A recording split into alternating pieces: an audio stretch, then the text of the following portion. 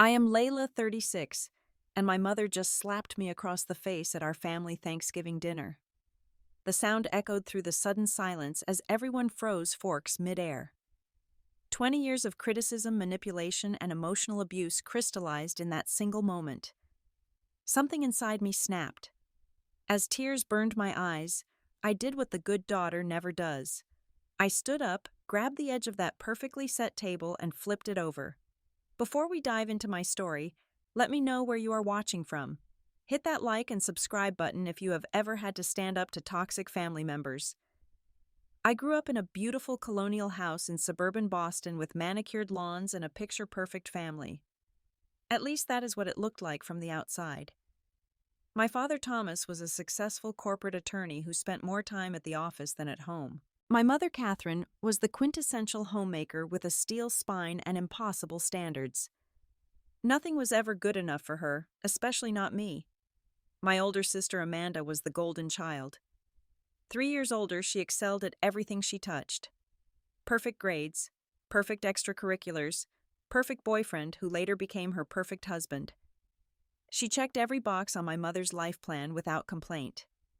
Now she has 2 perfect children and a perfect house just 15 minutes from our parents.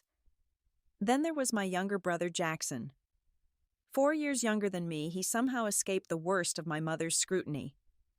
Being the baby of the family and the only boy gave him special status. My mother still criticized him, and it never had the same edge as her words to me. Jackson and I were always close, united in our attempts to navigate our mother's moods.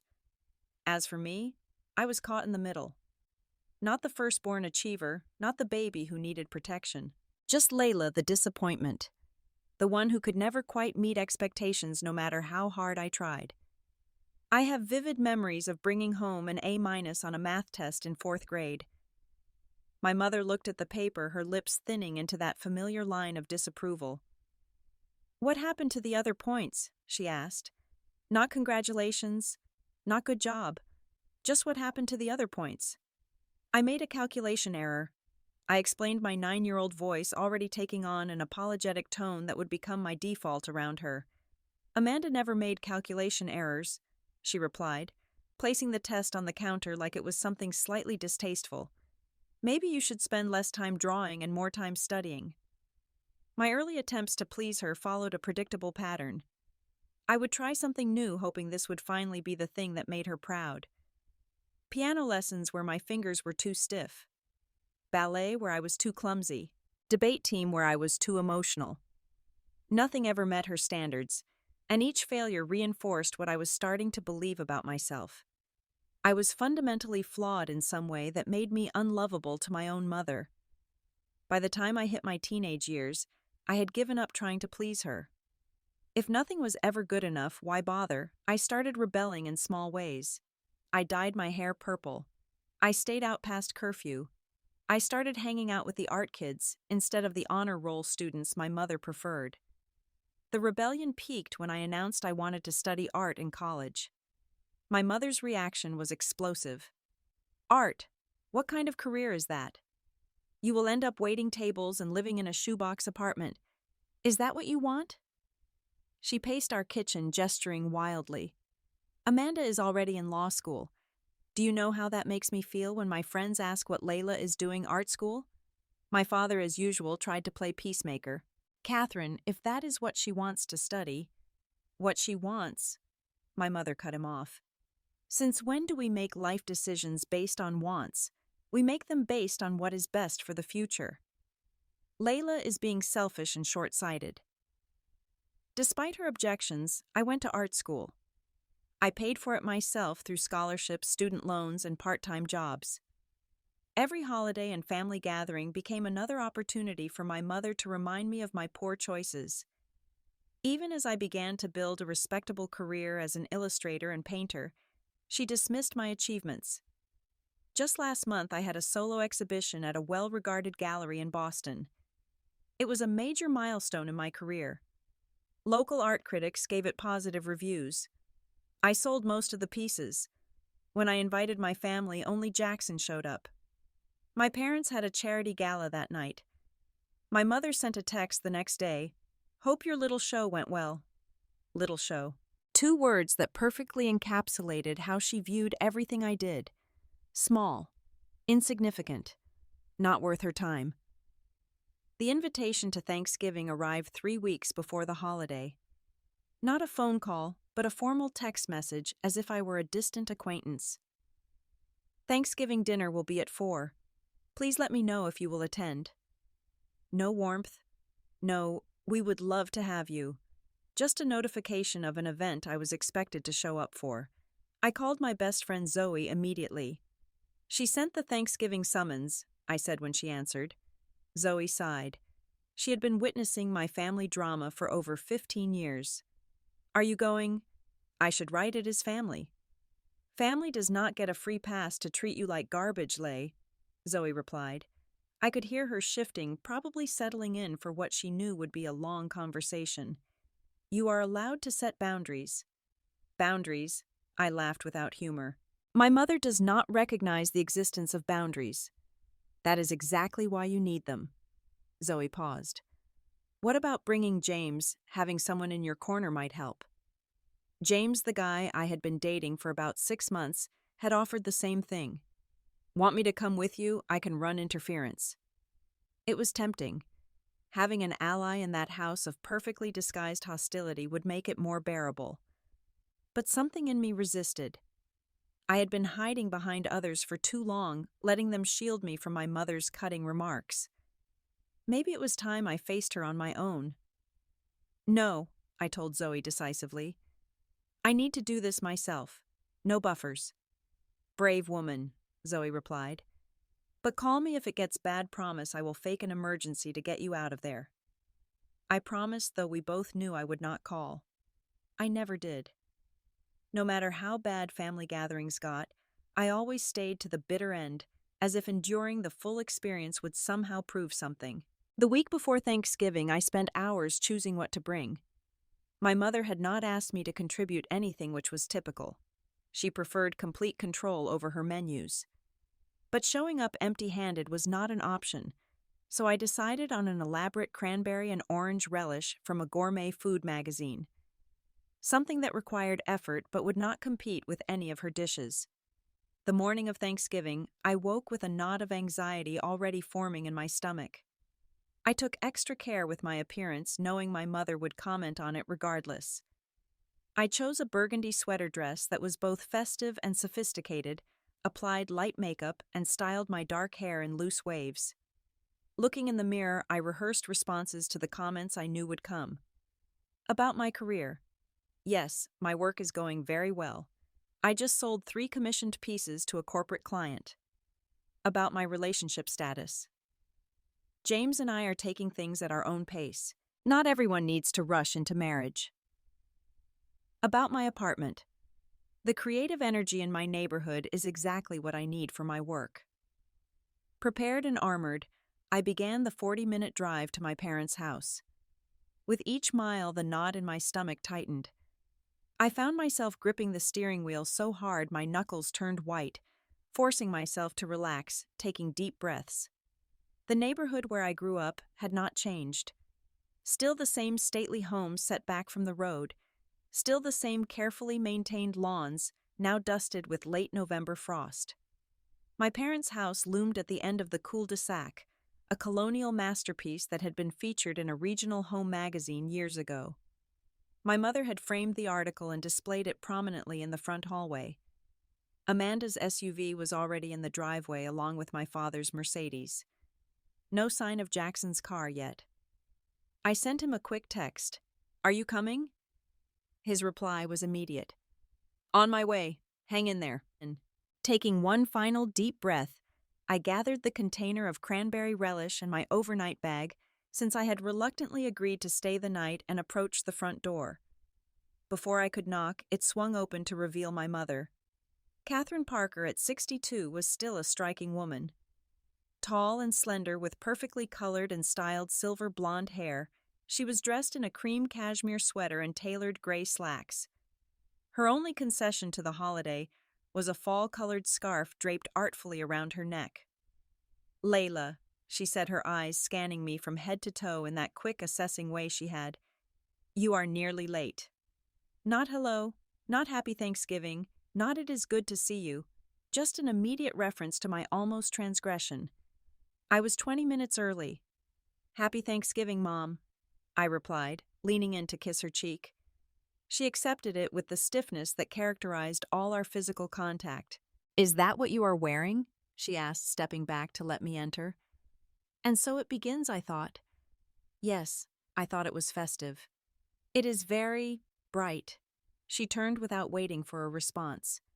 Your sister is already here with the children. They have been asking for their Aunt Layla. That at least brought a genuine smile to my face. Amanda's kids, despite being raised by two people who embodied my mother's ideals of success, were surprisingly sweet and unspoiled. They genuinely seemed to enjoy their quirky aunt, who taught them to draw and brought them unusual books. I followed my mother through the immaculate house to the kitchen where Amanda was arranging a vegetable platter. Her husband Patrick was presumably in the living room with my father watching whatever sport was on TV. Look who finally made it, my mother announced, making it sound as if I had arrived hours late instead of early. Amanda looked up and offered a smile that did not quite reach her eyes. At 39, she looked like a younger version of our mother, from her sleek blonde bob to her tasteful jewelry and designer clothes. Happy Thanksgiving, she said. The kids are in the den watching a movie. They will be thrilled to see you. Before I could respond, my mother took the container from my hands. What is this? Cranberry orange relish, I replied. I made it from scratch. She opened the container and peered inside, her expression skeptical. It looks very innovative, but we already have cranberry sauce. The kind your father prefers. The kind from a can, she meant. My father, for all his sophisticated tastes in cars, watches, and wine, inexplicably loved the jellied cranberry sauce that came in a can complete with the ridges. Well, now we have options, I said, trying to keep my tone light. Where is Dad? In his study on a call. Some issue with a client that could not wait even on Thanksgiving. My mother's tone conveyed her displeasure at this disruption to her schedule. I seized the opportunity to escape. I will go say hi to the kids while I wait for him. As I left the kitchen, I heard my mother's voice. Make sure they do not get too excited. I just got them cleaned up. I found my niece Sophia 8 and nephew Ethan 6 exactly where Amanda said they would be watching a holiday movie in the den. Their faces lit up when they saw me. Aunt Layla! Ethan launched himself at me with the uncomplicated affection of a child who had not yet learned to be guarded with his emotions. I caught him in a hug, savoring the simple human contact. Hey, buddy. You have grown about a foot since I last saw you. No, I have not, he giggled. That would be scary. Sophia approached more sedately, but with a genuine smile. I made a drawing for you. Mom said I should wait until after dinner to give it to you, but do you want to see it now? Absolutely, I want to see it now, I replied, sitting down on the couch and patting the spots next to me for both of them. As Sophia ran to get her backpack, the front door opened, and I heard Jackson's voice followed by my mother's immediate criticism about his tardiness. A moment later, he appeared in the doorway of the den looking harried but relieved to see me. At 32, Jackson was the most conventionally attractive of us siblings, with our father's height and strong features softened by our mother's fine bone structure. He worked as an environmental engineer, a career that our mother found acceptable if not prestigious enough for her liking. Surviving so far? He asked quietly, coming to sit beside me as Sophia returned with her drawing. Barely been here 15 minutes, I replied. But yes, hanging in there. Jackson squeezed my shoulder in silent support as Sophia proudly displayed her artwork, a surprisingly skilled rendering of a cat surrounded by flowers. This is amazing, I told her sincerely. You have a real talent. The proportions are perfect. She beamed, soaking up the specific praise rather than the generic, that is nice, she probably usually received. Can you teach me more when you come for Christmas? The question caught me off guard. I had not decided yet whether I would subject myself to another family gathering so soon after this one. We will see, I hedged. Maybe you can come visit my studio sometime. My mother's voice called from the dining room, summoning everyone to the table.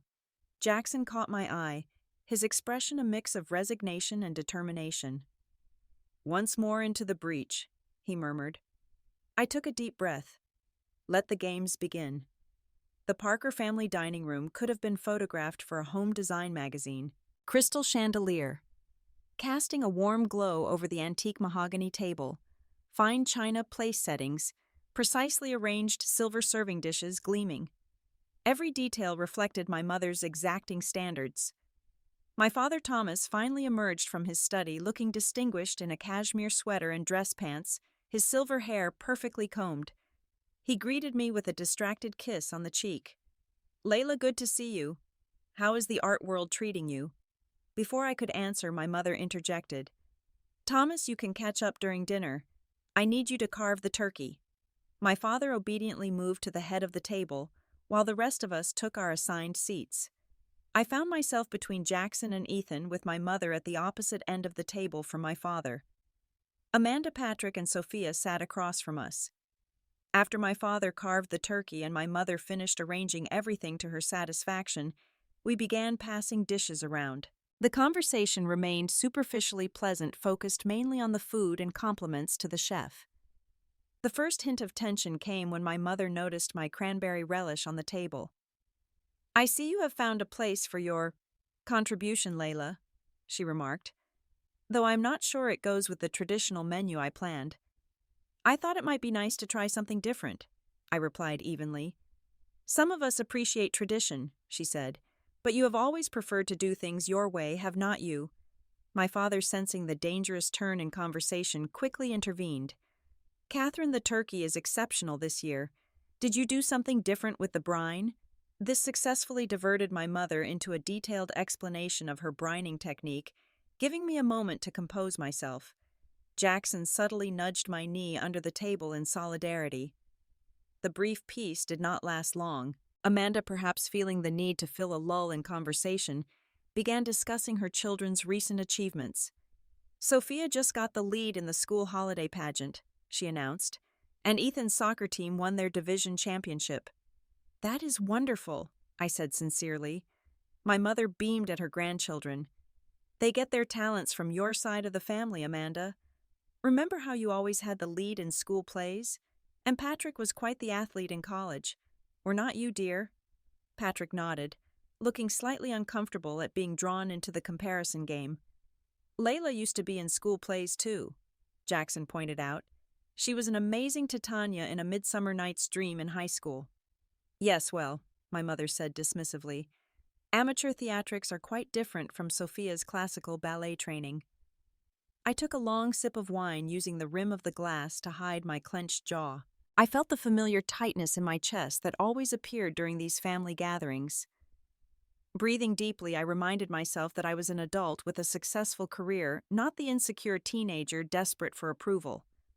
As the main course progressed, the conversation turned to careers, always a fraught topic in our family. "Patrick's firm just took on a major new client," Amanda shared. "They will be opening an office in Chicago next year." "Expanding westward, excellent strategy," my father commented. "The Midwest market has been undervalued lately." My mother turned her attention to me. "And how is your drawing going, Layla? Are you selling enough of those sketches to make rent these days?" Every word was carefully chosen to minimize my work. Not art or paintings, but drawings and sketches.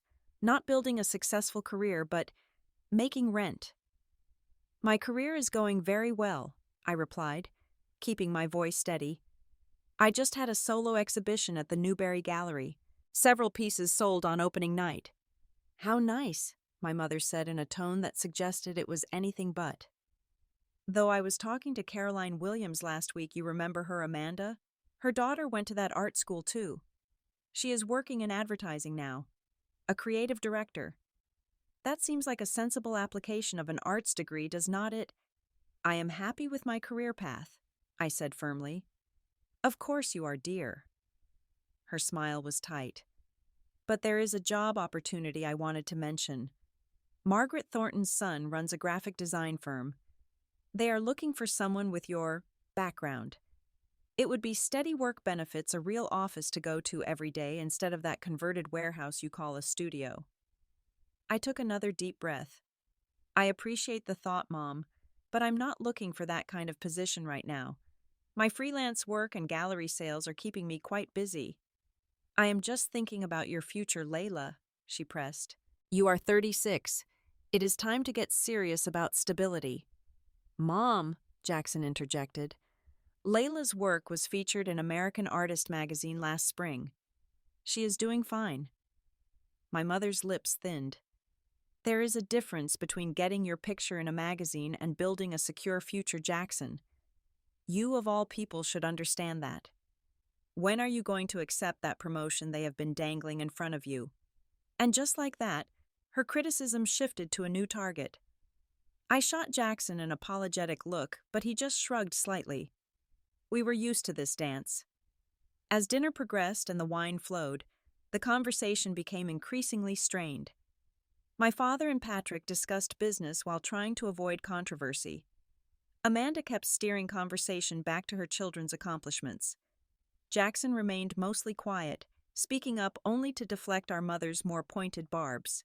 I was starting to think I might survive this Thanksgiving relatively unscathed when my mother decided to bring up the topic I had been dreading most.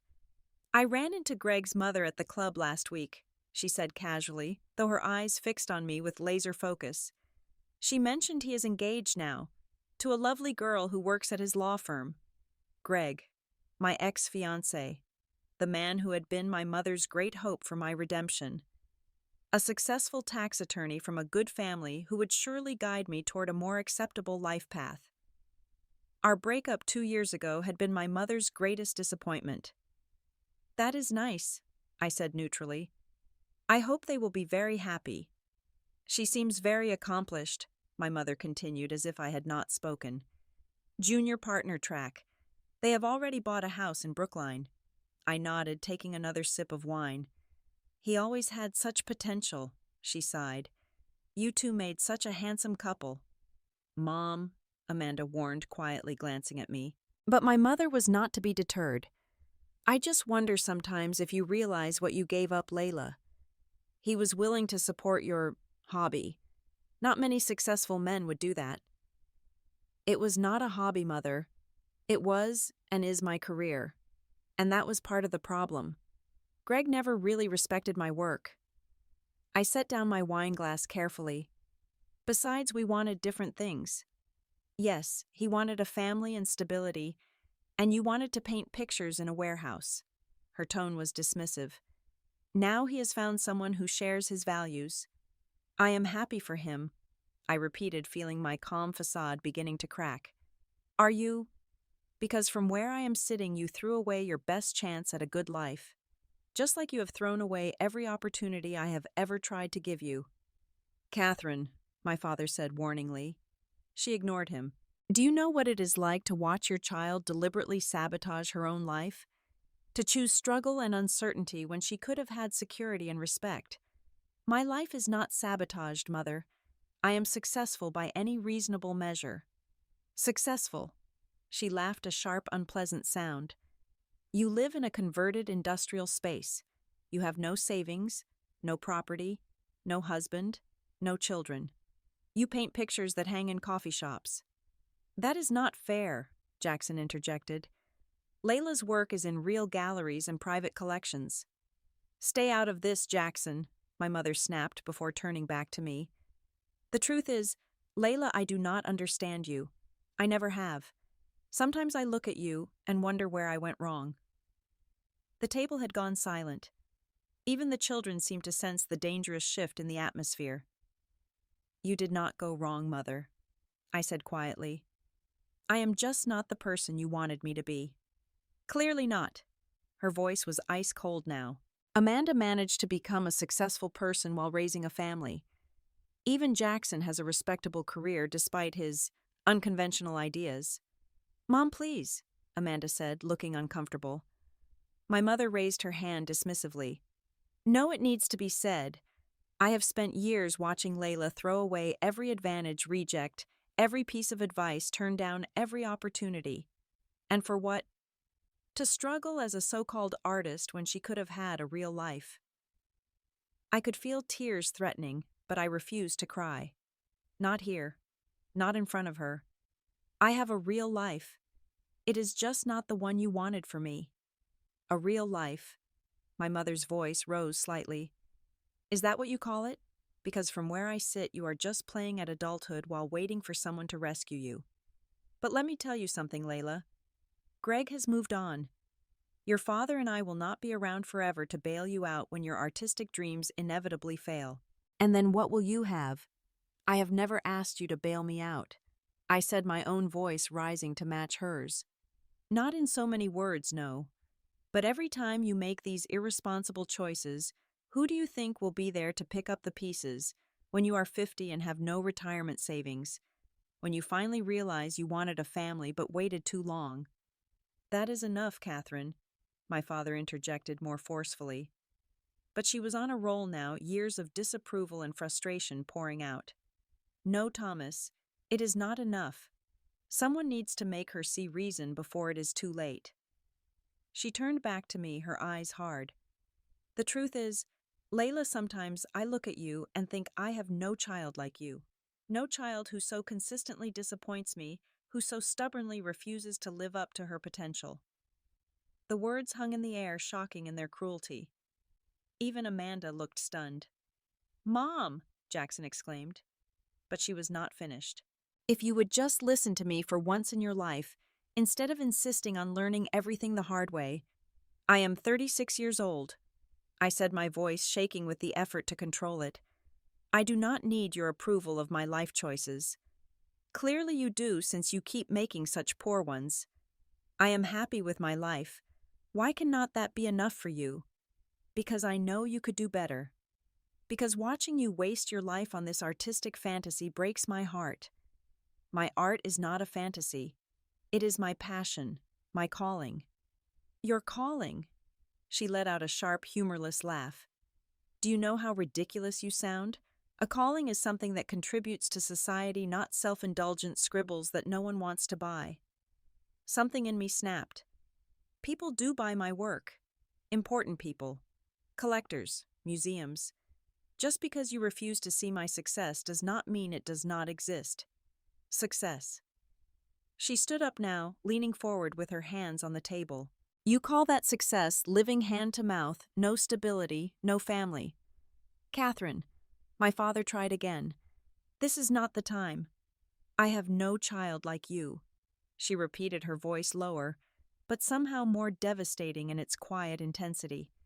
No child who so willfully throws away every advantage I tried to give her. I rose to meet her, my whole body trembling. I never asked for your advantages. I only ever wanted your acceptance. Acceptance of what failure, poor choices, wasted potential. Of me, I shouted, surprising myself and everyone at the table. Just me as I am. What happened next seemed to unfold in slow motion. My mother's face contorted with rage. Before anyone could react, she reached across the table and slapped me hard across the face. The sound cracked through the room like a gunshot. My cheek burned and tears sprang instantly to my eyes. For a moment, no one moved. No one spoke. The shock was complete. I looked around the table. My father's face had gone pale. Amanda's hand was over her mouth. Jackson half rose from his seat, frozen in disbelief. The children's eyes were wide with fear and confusion. And something in me, something that had been bending and bending for 36 years, finally broke. I looked directly into my mother's eyes, seeing the shock there as she realized what she had done. Without breaking that gaze, I reached down, grasped the edge of her perfect Thanksgiving table, and with strength I did not know I possessed, I flipped it. Dishes crashed. Food flew. Crystal shattered. The turkey landed with a thud. Gravy, cranberry sauce, and wine splattered across the cream-colored dining room carpet. The chandelier swayed precariously above the chaos. In the stunned silence that followed, I found my voice. I am done. I said, my voice surprisingly steady. I am done trying to earn your love. I am done apologizing for being myself. I am done with your criticism and your manipulation and your conditional approval. I have spent my entire life trying to be good enough for you, and it has never worked because your standards were designed to make me fail. My mother stood frozen, splattered with gravy and wine, her perfect Thanksgiving in ruins around her. Layla, my father began, finding his voice at last. I turned to him. And you. You have watched her tear me down my entire life and never once truly stood up for me. Your peacemaking was just enabling. That is not fair, he protested weakly. Is not it? I turned back to my mother. You slapped me, your adult daughter, at Thanksgiving dinner, in front of children. And why? Because I dared to live my own life instead of the one you scripted for me. You are being dramatic, my mother said, but her voice lacked its usual authority. No, mother. For once in my life, I am being honest. I have a successful career that makes me happy. I have friends who accept me as I am. I have built a life I am proud of despite your constant undermining, and I am done letting you make me feel like a failure. Jackson stood up and moved to my side, physically placing himself between me and our mother. She is right, Mom. This has gone on long enough. Amanda remained seated, looking torn. Her husband had gathered the children and quietly ushered them from the room. My mother's shock was giving way to indignation. Look what you have done to my dining room. This is how you solve problems, with destruction and tantrums. I laughed a genuine laugh, despite the tears now flowing freely down my face. That is rich coming from the woman who just slapped her daughter for disagreeing with her. You destroyed something too, Mother, years ago, and unlike your carpet and dishes, it cannot be replaced. What are you talking about? She demanded. Your relationship with me, I said simply. You chose your vision of who I should be over who I actually am, every single time, and now you have lost me. Do not be ridiculous. You are my daughter. Yes, I am. But after today, that is all I will be. Not your project, not your disappointment, not your failure, just your daughter who you will see on my terms or not at all. I turned to leave, but Jackson caught my arm. I will go with you, he said quietly. You do not have to. I want to. His eyes were firm. This is long overdue. My mother found her voice again. Jackson, do not be absurd. Your sister is having a meltdown. She has ruined Thanksgiving dinner and destroyed my dining room. No, Mom, he replied calmly. You ruined Thanksgiving when you decided to use it as another opportunity to tear Layla down, and you crossed a line when you hit her. My father finally stood up. Everyone needs to calm down. We can discuss this rationally. There is nothing to discuss, I said, suddenly feeling exhausted. I am leaving. Jackson, you can come if you want, but do not feel obligated. I am coming, he said firmly. My mother's face had turned an alarming shade of red. If you walk out that door right now, Layla, do not expect to be welcomed back. I looked at her, really looked at her, perhaps for the first time, seeing her clearly. Not as the all-powerful mother figure who had dominated my emotional landscape for decades, but as a flawed, controlling woman whose approval I no longer needed. That is the difference between us, Mother. I would welcome you back. If you ever decide to accept me as I am, my door will be open. But I will not come crawling back for more abuse. Not ever again. I walked out of the dining room, Jackson following close behind. I retrieved my coat and purse from the front closet, my movements mechanical. Amanda appeared in the hallway, her expression conflicted. Layla, she began. She did not mean. Yes, she did, I replied. She has always meant it. You just never had to hear it because you were exactly who she wanted you to be. Amanda flinched as if I had slapped her. That is not fair. Maybe not, I conceded. But neither was watching you get all the love and approval while I got all the criticism and disappointment. I never asked for that. I know, but you never challenged it either. I softened slightly. I do not blame you, Amanda. We were all just playing the roles we were assigned, but I am done with mine. She hesitated, then stepped forward and hugged me awkwardly. Call me when you get home safely. I nodded, surprised by the gesture. Jackson had gathered his things and was waiting by the front door. Ready? I took one last look around the house where I had grown up, the house that had never felt like a safe or welcoming place for me. More than ready. As we stepped outside into the cold November air, I took my first deep breath in what felt like hours. The sun was setting, casting long shadows across the perfect lawn. In the distance, I could hear children playing, laughter carrying on the crisp air. "Where to?" Jackson asked. "Home," I replied. "I need to go home." The drive back to my apartment was mostly silent. Jackson had insisted on coming with me, leaving his car at our parents' house to be retrieved later. He seemed to understand that I needed quiet to process what had happened. As I navigated the familiar route, the reality of what I had done began to sink in. I had flipped a table full of Thanksgiving dinner. I had shouted at my mother. I had walked out on my family.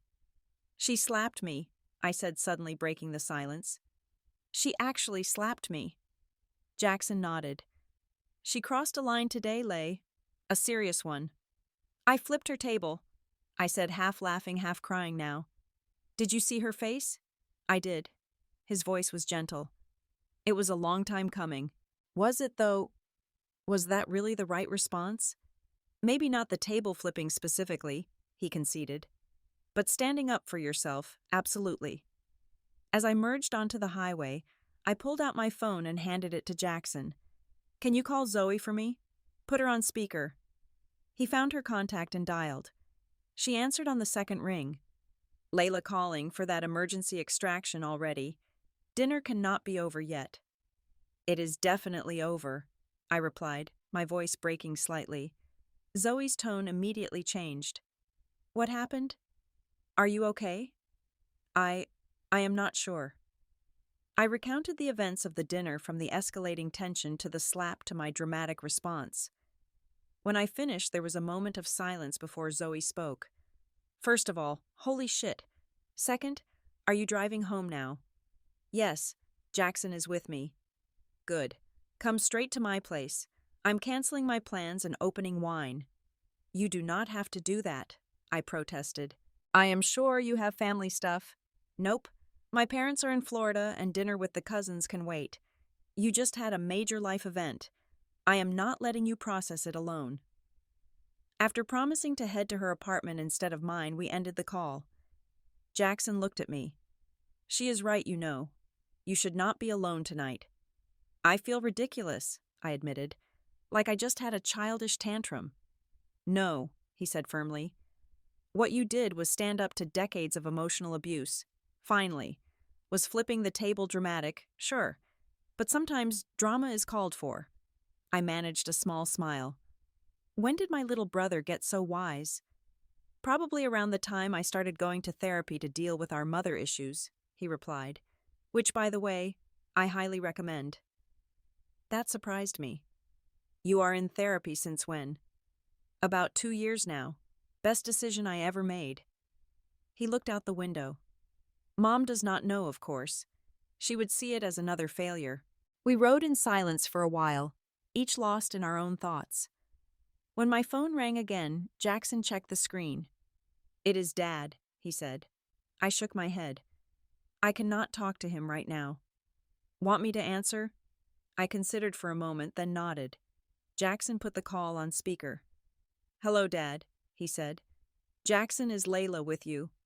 My father's voice sounded tired and strained. "She is driving.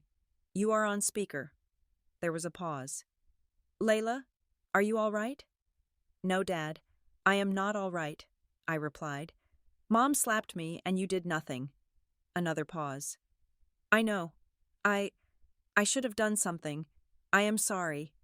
His apology, perhaps the first genuine one I had ever heard from him, caught me off guard. "It is a little late for that." "I know." He sighed heavily. "Things are tense here. Your mother is upset." "She is upset?"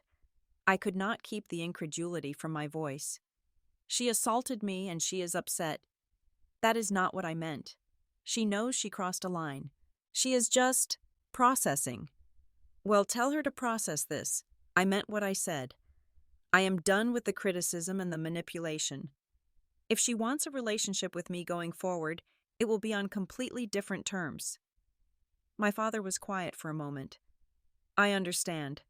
For what it is worth, I think you are right to set boundaries. This was so unexpected that I nearly missed my exit. You do. Yes, I should have done the same years ago. His voice dropped. I have enabled her behavior for too long. With Jackson. Even with Amanda, though, in different ways. Jackson and I exchanged surprised glances. What happens now? I asked. I do not know, my father admitted. But I want you to know that regardless of how your mother processes this, I love you, Layla. I am proud of the woman you have become, even if I have done a poor job of showing it. Tears filled my eyes again, but different ones this time. Thanks, Dad. That means a lot. Are you going home? Is someone with you? We are going to my friend Zoe's. Jackson is with me. Good. Call me tomorrow when things have settled a bit. I will. I promised.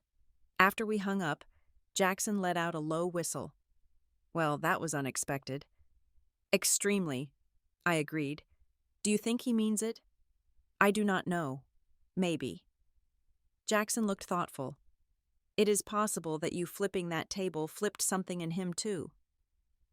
By the time we reached Zoe's apartment in Cambridge, I felt physically and emotionally drained. She met us at the door, took one look at my face and pulled me into a tight hug. You beautiful table-flipping warrior, she whispered fiercely in my ear. I am so proud of you. Her apartment was warm and smelled like cinnamon and wine. She had already opened a bottle and set out 3 glasses. On her coffee table was a spread of cheese crackers and fruit, a makeshift post-Thanksgiving feast. I figured you might not have gotten to eat much before the dramatic conclusion, she explained. Jackson introduced himself properly to Zoe, whom he had only met briefly a few times before. As we settled onto her comfortable couch with wine glasses in hand, I felt some of the tension begin to leave my body. So, Zoe said, after I had eaten a few bites and had some wine, how are you really feeling? I considered the question carefully. Shocked, relieved, guilty, proud, terrified, all at once.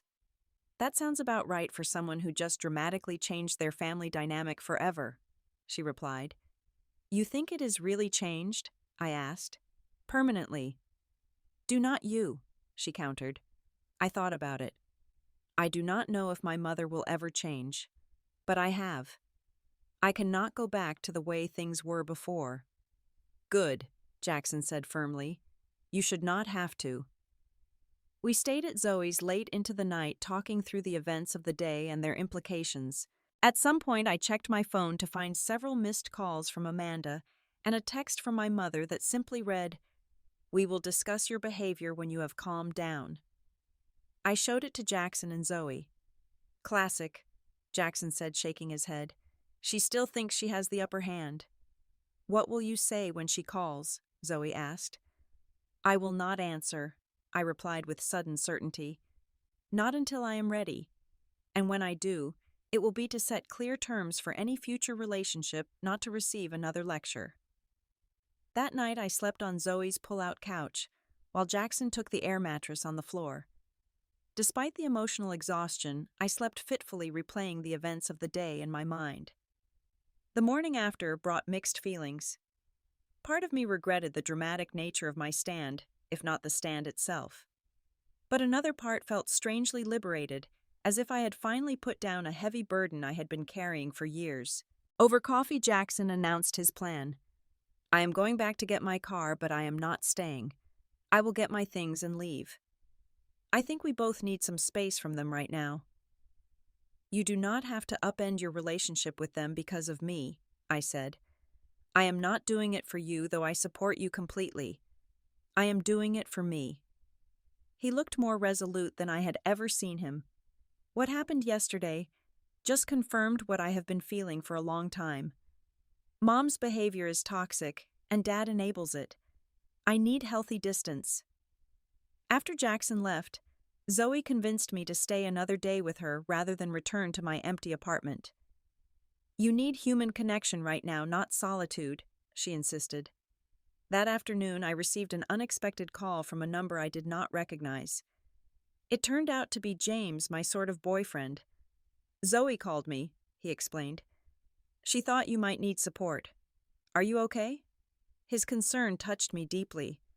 I am getting there, I replied. It has been an intense 24 hours. Can I see you?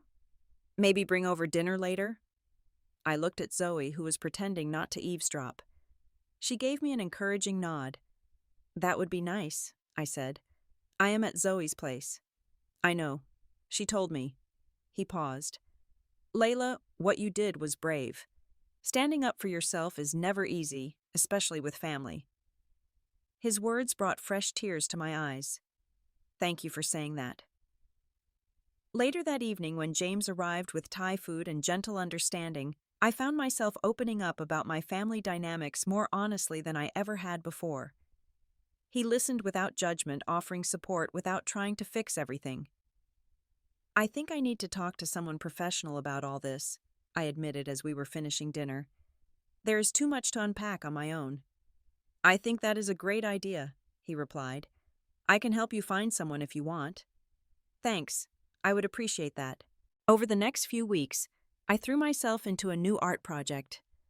Using the emotional energy from the Thanksgiving confrontation, I began a series of paintings exploring family dynamics, power, and liberation. The work poured out of me with an intensity and clarity I had never experienced before. I found a therapist, a calm, insightful woman named Dr. Winters, who helped me begin to unravel the complex web of my relationship with my mother. In our first session, she asked me to describe the Thanksgiving incident in detail. When I finished, she sat quietly for a moment. What you described is the culmination of what sounds like a lifetime of emotional abuse, she said finally. Your reaction, while dramatic, was a natural response to an intolerable situation. So you do not think I overreacted? I asked. I think you reacted, she replied. After years of suppressing your true feelings, they erupted. That is not uncommon. The question now is how to move forward in a way that protects your emotional well-being. With her guidance, I began to set clear boundaries. I did not take my mother's calls for the first 2 weeks. When I finally did speak to her, I was calm and direct. I will not discuss what happened until you acknowledge that slapping me was wrong and unacceptable, I told her. You flipped my dining room table, she countered. Yes, after you slapped me. I am not saying my response was perfect, but it was provoked by your physical assault. Assault. That is absurd. It was a slap. On an adult. Without consent. That is assault, Mother. She was silent for a long moment. I should not have slapped you, she finally said, though her tone suggested she was conceding a minor point rather than acknowledging a serious transgression. No, you should not have. Just as you should not have spent my entire life making me feel like a disappointment and a failure. That is not what I did. It is exactly what you did, and until you can see that we do not have much to talk about. I ended the call feeling stronger than I had in years. I had stood my ground without yelling, without crying, without capitulating. I turned down the family Christmas invitation, choosing instead to host a small gathering at my studio with Jackson, Zoe, James, and a few other close friends. It was the first holiday season in my adult life that I did not feel a cloud of anxiety hanging over me. My father called on Christmas Eve. We miss you, he said simply. I miss parts of you too, I replied honestly. But I do not miss feeling judged and diminished. Your mother is trying Layla, in her way. Her way is not good enough anymore, Dad. I need actual change, not just slightly more polite versions of the same behavior. He sighed. I understand. For what it is worth, things are different here. Your absence is noticeable. Sometimes absence is the only boundary that works, I said. Jackson visited regularly, our sibling bond growing stronger without the toxic family dynamic dominating our interactions. He reported that our parents were indeed different, our father more assertive, our mother more subdued. She asked me about your art show, he told me during one visit. Actually asked without the usual dismissive tone. Progress, I suppose. I replied, not ready to get my hopes up. Amanda and I had a long, difficult conversation in January. For the first time, she acknowledged the favoritism that had shaped our childhood. I always knew she was harder on you, she admitted, but it was easier to pretend I did not notice. It was not your fault, I assured her. We were both just playing the roles we were assigned. I want my kids to know their aunt, she said, regardless of what happens with Mom. I would like that too, I replied, feeling a new warmth between us. By the time spring arrived, my new art series was complete. Titled Family Dynamics, it consisted of 12 large canvases exploring themes of control, rebellion, and ultimately liberation. My gallery owner was ecstatic. This is your strongest work yet, Layla. The emotion is palpable. The technique is masterful. We will build the spring showcase around it. The opening night of the exhibition was set for early May. I sent invitations to my entire family, not expecting any of them to attend. Jackson promised to be there, of course, and Amanda said she would try to come, but I had no expectations for my parents. The gallery was packed on opening night. Art critics, collectors, friends, and colleagues filled the space admiring the powerful canvases that represented my emotional journey. The centerpiece of the exhibition was a large painting titled The Breaking Point, which depicted a Thanksgiving table at the moment of upheaval. It was symbolic rather than literal, but anyone who knew the story would recognize the inspiration. I was speaking with a collector when Jackson appeared at my elbow, his expression a mix of warning and surprise. "Heads up," he murmured. "Mom and Dad just walked in." I turned to see my parents standing uncertainly near the entrance. My father looked proud but nervous. My mother's expression was unreadable. They were both dressed formally as if attending an important event, which in itself was a form of acknowledgement. "Excuse me," I said to the collector. "My parents just arrived." I approached them slowly, unsure what to expect. My father stepped forward first, enveloping me in a warm hug. "This is incredible, Layla," he said, gesturing to the gallery. "You have created something extraordinary here." "Thank you, Dad," I replied, genuinely touched by his enthusiasm. My mother stood slightly apart, her eyes moving from canvas to canvas. Finally, she turned to me. "Your work is very powerful," she said. The words were simple, but coming from her, they were momentous. No qualifications, no backhanded compliments, just straightforward acknowledgement. "Thank you for coming," I said, not quite ready to let my guard down completely. "I wanted to see," she replied, "to understand." We stood in awkward silence for a moment. Then she added, "The Times critic is here. I saw him earlier taking extensive notes by that large canvas in the center." I nodded. "Yes, several critics are here tonight." "That is significant, is not it? For your career?" The question seemed genuinely interested rather than dismissive. "Yes, it is." She nodded, looking around at the crowded gallery, the sold stickers already appearing beside several pieces the photographers documenting the event. Something shifted in her expression, as if she were seeing my world clearly for the first time. "You have built something real here," she said finally. "Something substantial." It was perhaps the closest thing to an apology or acknowledgement I would ever get from her. Not perfect. Not everything I might have hoped for, but a beginning. "Yes," I agreed. "I have." That exhibition marked a turning point not just in my career, but in my life. The series received critical acclaim, with the New York Times critic calling it a powerful exploration of family dynamics and personal liberation. 6 months after the Thanksgiving confrontation, I found myself in a completely different place emotionally, professionally, and relationally. My relationship with my parents had been fundamentally altered. We were not close in the conventional sense, but we had established a new dynamic based on mutual respect rather than dominance and submission. I saw them occasionally on my terms and left when the old patterns began to emerge. My mother still struggled to accept my choices completely, but she had learned that criticism would result in my immediate departure. My father had found his voice at last, no longer serving solely as her enabler. Jackson and I grew even closer, our shared experience of standing up to family dysfunction creating a powerful bond. He had maintained his distance as well, visiting our parents monthly, but refusing to stay overnight or endure extended exposure to our mother's controlling tendencies. "It is like we both finally realized we are adults with choices," he told me during one of our regular dinners. "We do not have to participate in dysfunctional patterns anymore." My relationship with Amanda had improved in unexpected ways. Without our mother's influence constantly positioning us as rivals, we discovered genuine common ground. Her children visited my studio regularly, their natural creativity flourishing in an environment that celebrated rather than constrained it.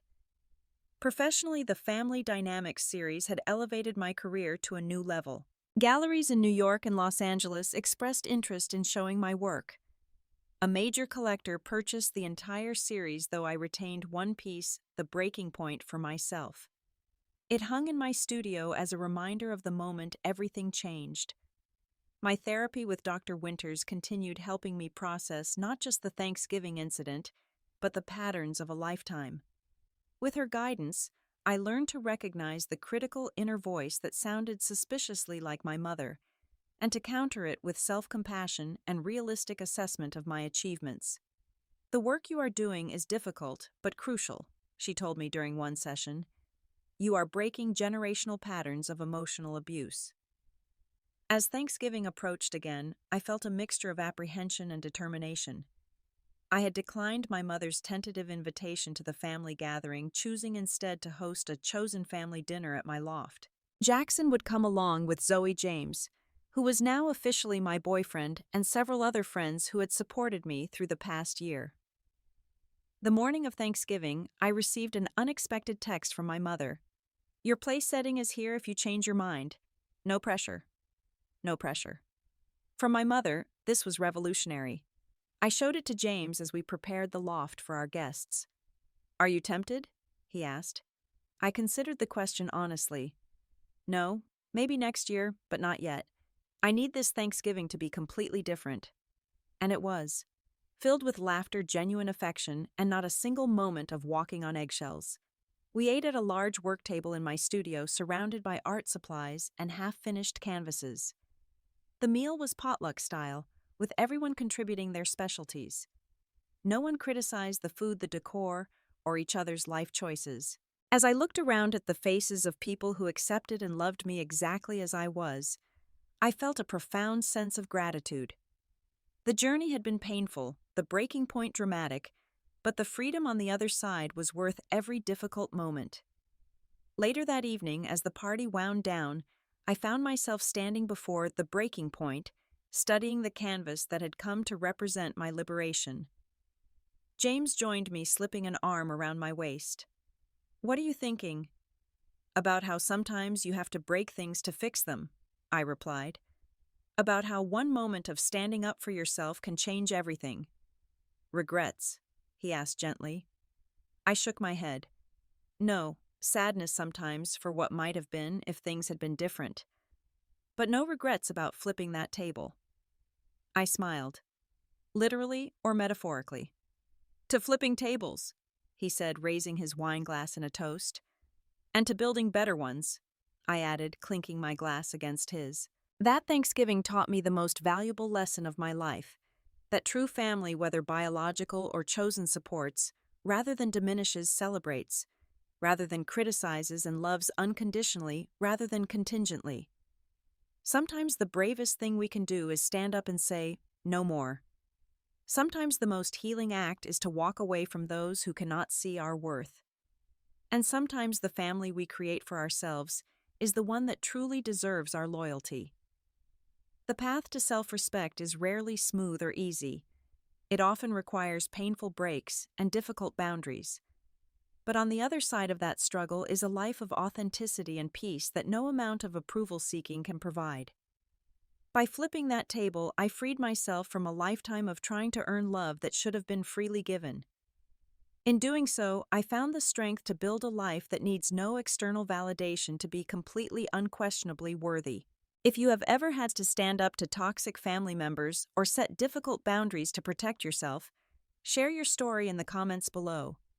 How did you find the courage to break free? Has it changed your life the way it changed mine?